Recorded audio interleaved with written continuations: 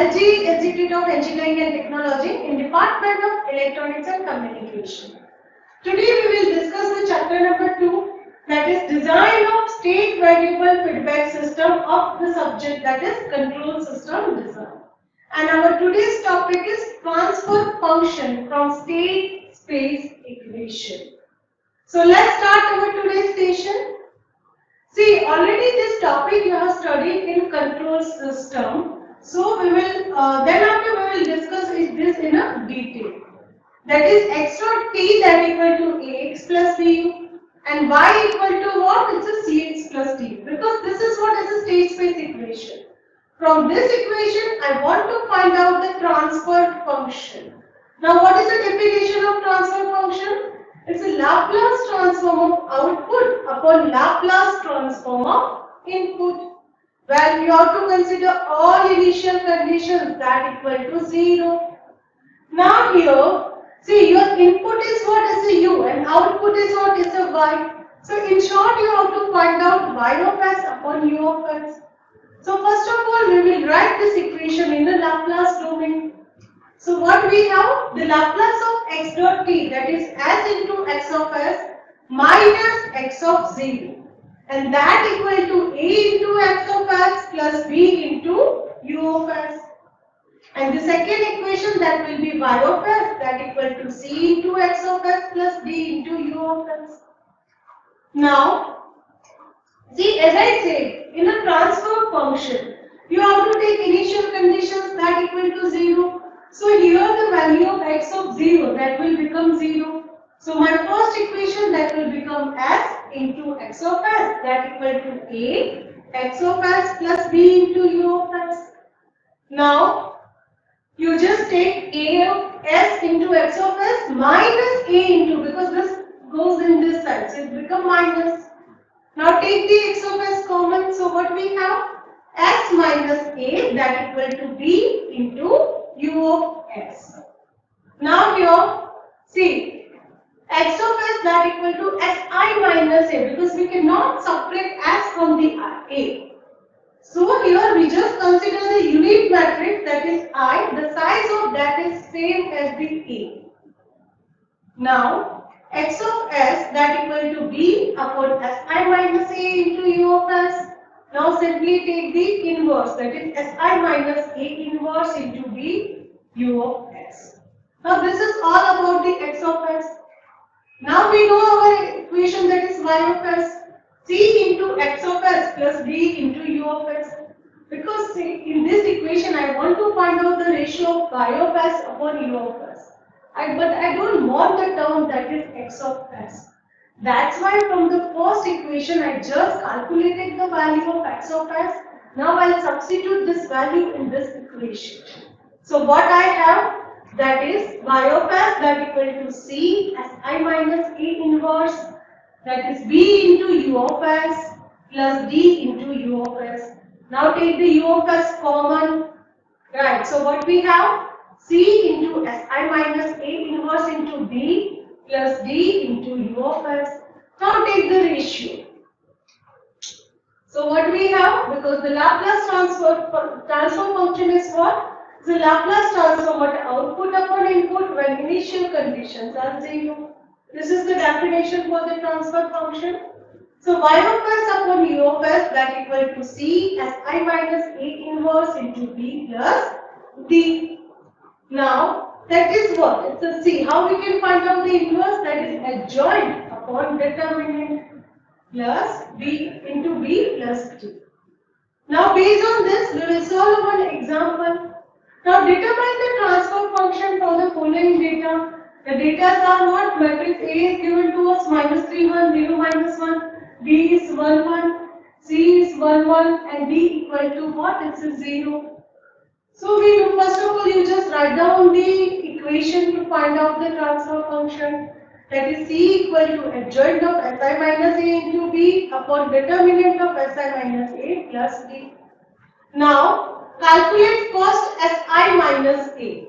So S1001 and then A. Here you have to take the size of I is same as the size of A. But that is what is a unit matrix. Now solve this. So what we have? S plus 3, 0, minus 1, S plus 1. Now, this is my matrix. Now, determinant is what? S plus 3, S plus 2 and then 0. Now, adjoint, just interchange the two values, that is S plus 1 and S plus 3, and then change the sign, minus 1 and 0. So, minus 1 will become plus 1 and minus 0 or 0, that is same. So, the transfer function is what? It's a, you just substitute the value of C, 1, 1, adjoint, and then B upon S plus 3, S plus 2. Then here, what you have to do, first of all, you multiply these two matrix, last two matrix. So, S plus 1 plus 1. So, here I am getting S plus 2. Now, second row and first column. So, 0 into 1 is 0, S plus 3. And here 1, 1. And denominator as it is. Now, you just multiply these two. So, what I have? S plus 2, S plus 3 upon S plus 3, S plus 2. So here 2s plus 5 upon s plus 3, s plus 2. So this is the answer. This example can be asked for 3 to 4 marks. Now similarly, we will solve the another example for this data. So first of all, write down the transfer function C adjoint of Si minus A into B upon Si minus A plus B. Then find out the Si minus A like this. So what we have? S plus 4 minus 3, 1 into S plus 1.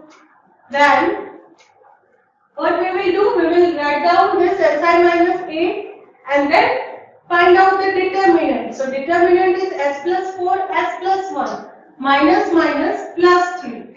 Open the bracket. So what you have? S square plus 5s plus 4 plus 3, that equal to S square plus 5s plus 7. Now adjoint is what? Interchange, and for this you just interchange the sign.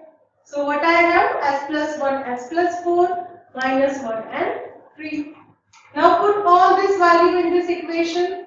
So we will get this equation. Now multiply 1, 2, second 2 matrix, last 2 matrix. So S plus first row, 1 column. So 2S plus 2 minus 5. Then second row, first column. So 6 plus 5s plus 20 upon denominator as it is. So here what we have? 1, 2, that is 2s minus 3 and then 5s plus 26. Now multiply this 2. What we have? 2s minus 3, 10s plus 52. So that is s square plus 5s plus 7. So what I have? That is 12s plus 49 upon s square plus 5s plus 7. So this way we can find out the transfer function for any matrix. But here see, our matrix are what? It's a 2 cross 2 only. Then it's very easy to find out the adjoint for the 2 cross 2 matrix. If the matrix is 3 cross 3, then we cannot just simply interchange the diagonal value, and here you have to interchange the sign. So for that you have to find out the cofactor of each and every term.